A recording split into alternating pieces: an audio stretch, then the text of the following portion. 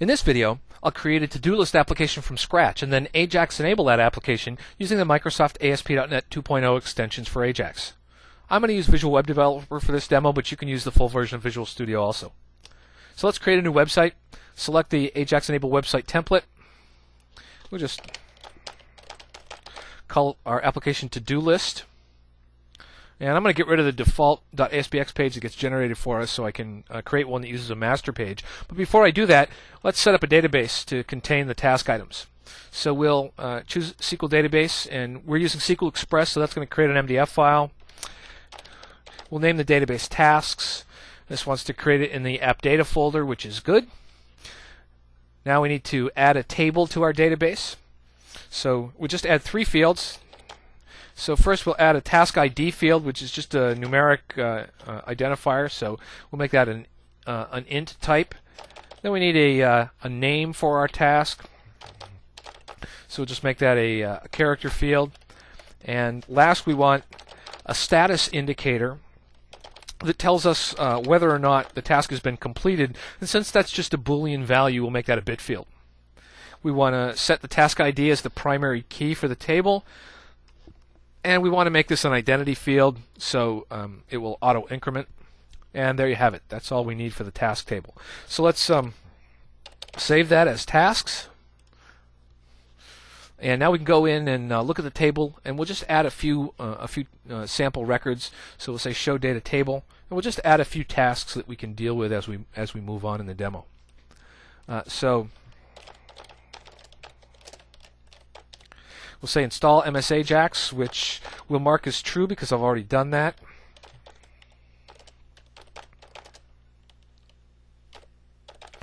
Build a to-do demo.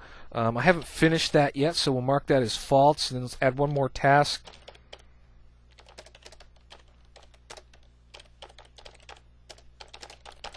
Let's build a C# version of the to-do list demos for our C# friends. And I haven't done that either, so we'll set that equal to false. And there we go. We've got some sample data that we can work with. So the next thing I want to do is I want to generate a data access layer that I can use to access that table. So let's add another new item, and we'll select the data set here.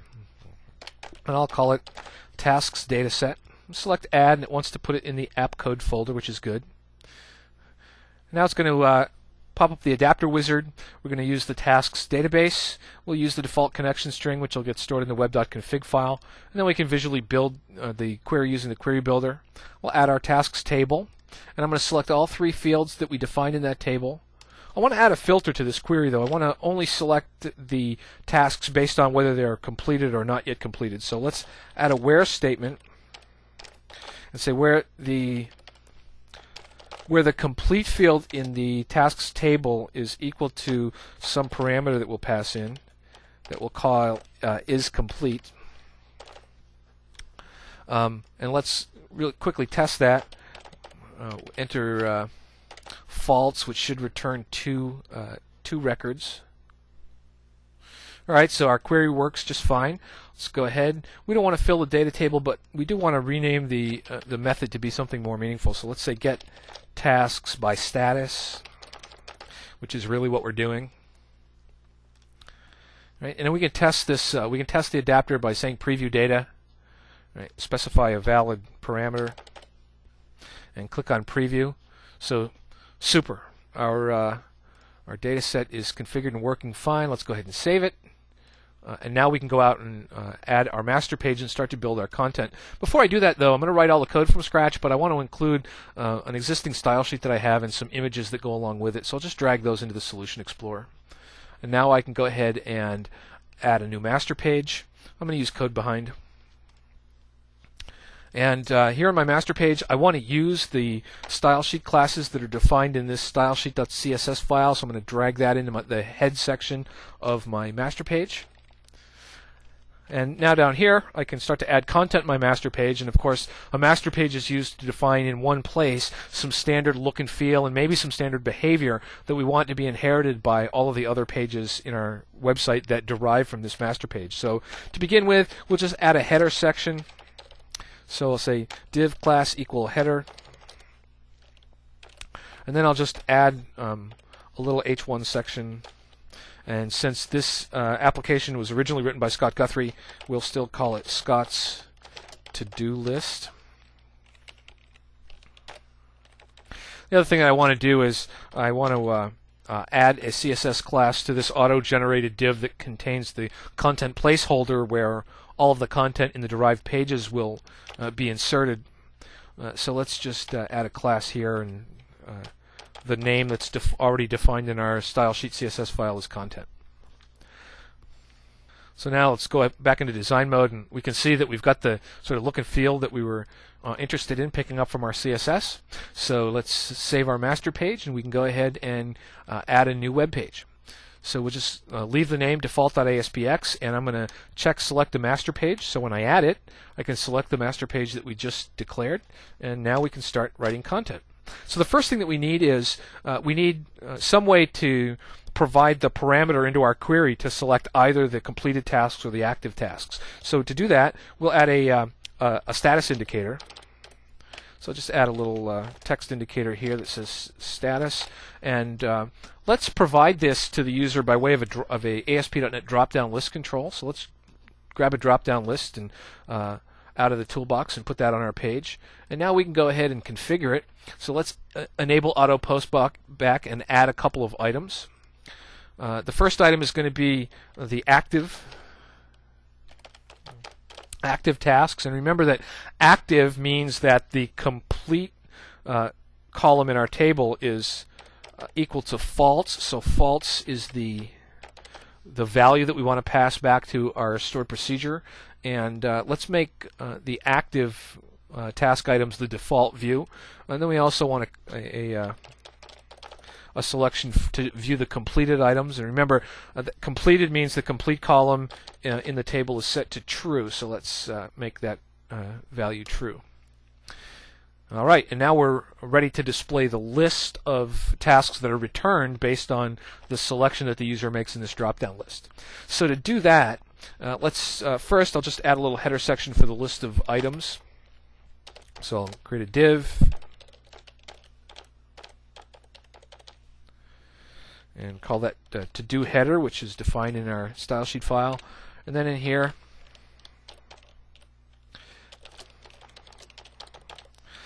to-do list items. And now we can add the content of the list items itself. To do that, let's go down in our toolbox to the data section and grab a grid view, drop the grid view onto our page.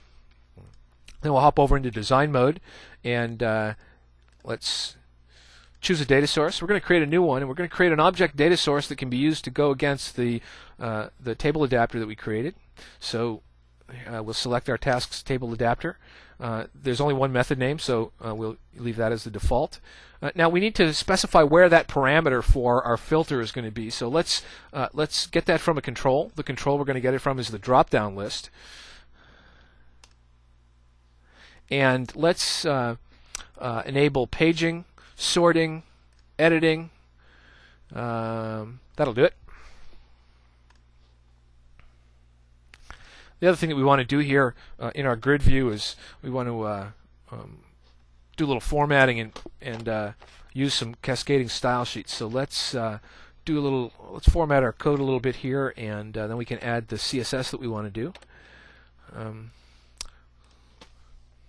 So a couple of things that we want to do. First thing is we'll add a CSS class, and the CSS class that we want to use is called grid view.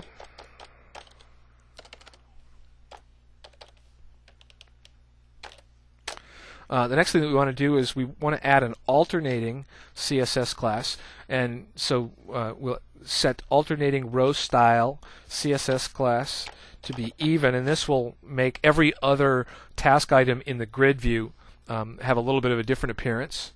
So that'll be sort of a slick look and feel. The other thing that we want to do is let's set grid lines equal to none. So we'll turn those off so we get the sort of slick look and feel that we want.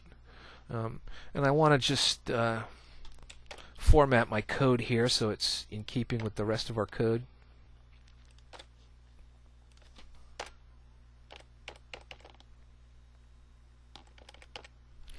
Okay. The The next thing that we need is a way to insert new records. So below our grid view, let's add a new header area for adding a new task, and we'll say div class equals insert header,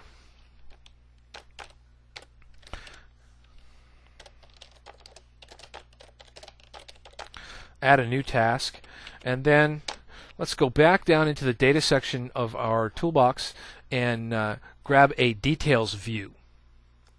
So let's pop that details view in. Hop over here. Select the data source, which is going to be the object data source. We're going to choose enable inserting, and we also want to go over into the properties and set the default mode equal to insert, since that's really what we want to do. The other thing that we want to do is we want to specify some CSS so that the add new task section looks like the rest of our page here. So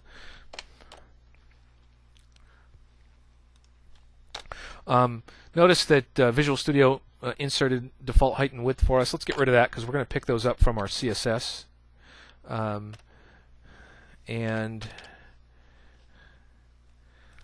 let's do that by adding a CSS style sheet reference. CSS class equals, and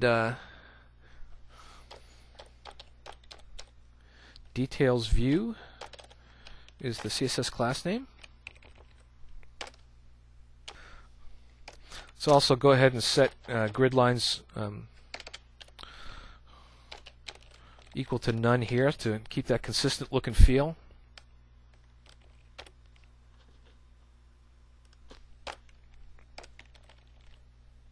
Now let's go ahead and run our application, see what we've got so far.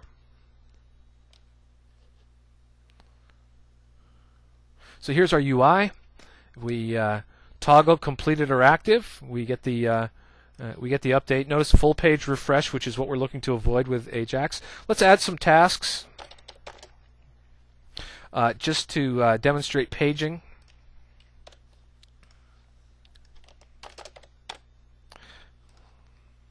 Let's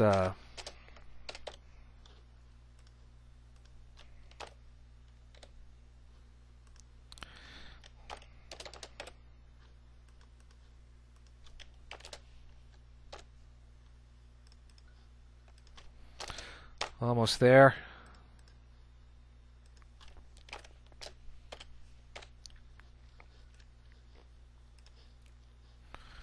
And one more. So now you can see we have multiple pages, so we get all that sort of automatically. Insert works, and now we're ready to Ajax enable our application. So to do that, let's hop back over into source mode, and the first thing that we need to do is we need to add a script manager, and every page that's going to use Microsoft Ajax requires one and only one instance of the script manager. So let's pop that on the page, and now that we've got a script manager on the page, we can start to use the Ajax controls. So what we want to do first is we want to add an update panel, and an update panel is a server-side control that enables the common Ajax pattern of partial page update. So I can put the update panel on the page. Inside the update panel, I need to define a content template. Oops. Sorry, wrong control. Let's add an update panel, not update progress control.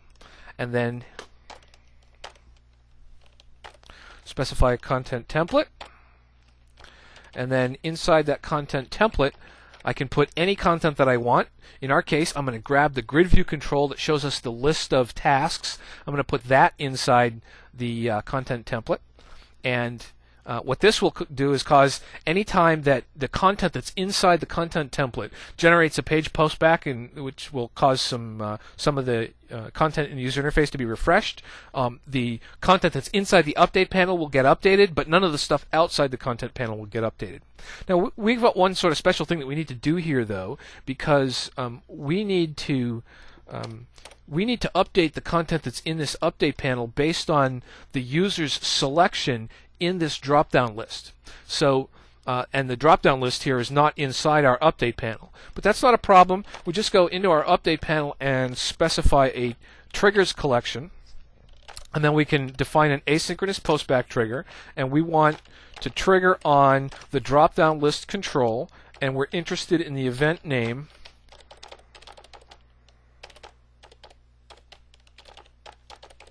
selected index changed.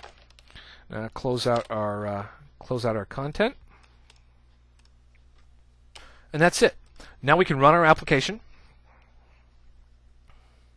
And note, if we change the status, we get the dynamic partial page update. That's very common for Ajax applications. That's exactly what we're going for, and we don't get the full page refresh. If we add a task, though, and we click Insert, notice now we get that whole page, that whole page refresh, and that's not what we want. So let's add one more update panel to handle the Add New Task section.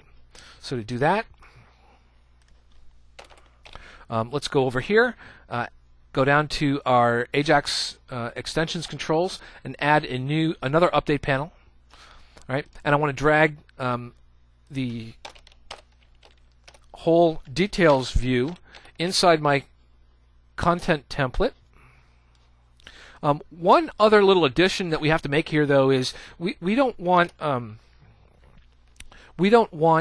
to update the content in other update panels. So we're only interested in updating this update panel when it's activated and an event is fired from inside this update panel that should cause some content to be updated. So to do that, let's go into the update panel's parameters and specify the update mode, which we want to set equal to conditional. Right? So it'll only get fired when an appropriate event is fired from inside this update panel. Right? And so now we can run our application. Right? And if we go down and we add a new task and select Insert, notice that nothing on the page other than our Add New Task panel gets updated, and that's because this new task appears on the second page. So if we go over to the second page, we see Joe's other task as we just entered it. Right. So here we've very quickly Ajax enabled this application, so we have the really slick Ajax look and feel that we were going for. So that's great, but let's add one more thing. Since Ajax programming often means a conversation between the client and the server, maybe we should provide a little feedback to the user that in case there's some network latency going on. So we can do that very easily by adding an update progress control instance from the Ajax extensions toolbox. So just up under our drop-down list, let's add an update progress control. And I'm just going to create a little space for ourselves here.